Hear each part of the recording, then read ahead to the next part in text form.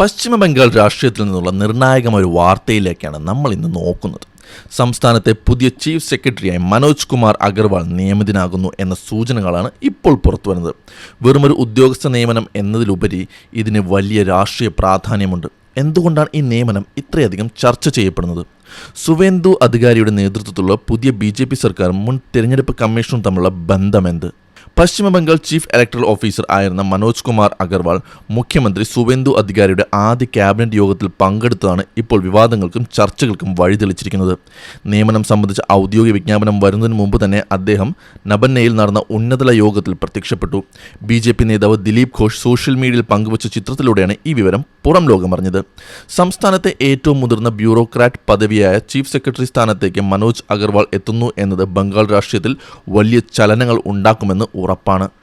എന്താണ് മനോജ് അഗർവാളിനെ ചുറ്റിയുള്ള ഈ രാഷ്ട്രീയ വിവാദത്തിന് കാരണം? ഉത്തരം ലളിതമാണ്. ബംഗാളിൽ നടന്ന കഴിഞ്ഞ നിയമസഭാ തെരഞ്ഞെടുപ്പ് കമ്മീഷന്റെ മുഖമായിരുന്നു അദ്ദേഹം. ആ സമയത്ത് തൃണമൂൽ കോൺഗ്രസ് അദ്ദേഹത്തിനെതിരെ കടുത്ത ആരോപണങ്ങൾ ഉന്നയിച്ചിരുന്നു.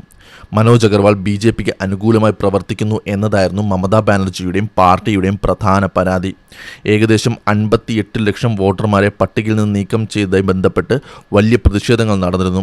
മരിച്ചവരും താമസം മാറിയവരുമാണ് ഇവയെന്നാണ് അഗർവാൾ അന്ന് വിശദീകരിച്ചെങ്കിലും പ്രതിപക്ഷം അത് അംഗീകരിച്ചിരുന്നില്ല. തിരഞ്ഞെടുപ്പിന് നേതൃത്വം നൽകിയ ഉദ്യോഗസ്ഥൻ പുതിയ സർക്കാർ അധികാരത്തിൽ വരുമ്പോൾ തന്നെ ഏറ്റവും ഉയർന്ന പദവിയിലേക്ക് എത്തുന്നത് ബാഡ് ഓപ്റ്റിക്സ് അഥവാ ജനാധിപത്യപരമായ കീഴ്വഴക്കങ്ങൾ ചേരാത്ത ഒന്നാണെന്ന് മുൻ തിരഞ്ഞെടുപ്പ് കമ്മീഷണർ SY ഖുറേഷിയെ പോലെയുള്ളവർ ചൂണ്ടിക്കാട്ടുന്നു. നിയമപരമായി നോക്കിയാൽ ഇതിൽ തെറ്റുണ്ടോ? സത്യത്തിലില്ല. ഒരു IAS ഉദ്യോഗസ്ഥൻ തൻ്റെ തിരഞ്ഞെടുപ്പ് ചുമതല കഴിഞ്ഞ് സംസ്ഥാന സർവീസിലേക്ക് തിരിച്ചു വരുന്നത് സ്വാഭാവികമാണ്. ഒഡീഷയിൽ BJP സർക്കാർ വന്നപ്പോൾ മുൻ CEO നികുഞ്ച ബിഹാരിയെ മുഖ്യമന്ത്രിയുടെ ഓഫീസിൽ നിയമിച്ച ചരിത്രമുണ്ട്.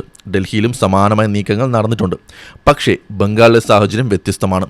ഇവിടെ തിരഞ്ഞെടുപ്പ് ഉദ്യോഗസ്ഥരും തൃണമൂൽ സർക്കാരും തമ്മിൽ വലിയ പോരാട്ടം തന്നെ നടന്നിരുന്നു.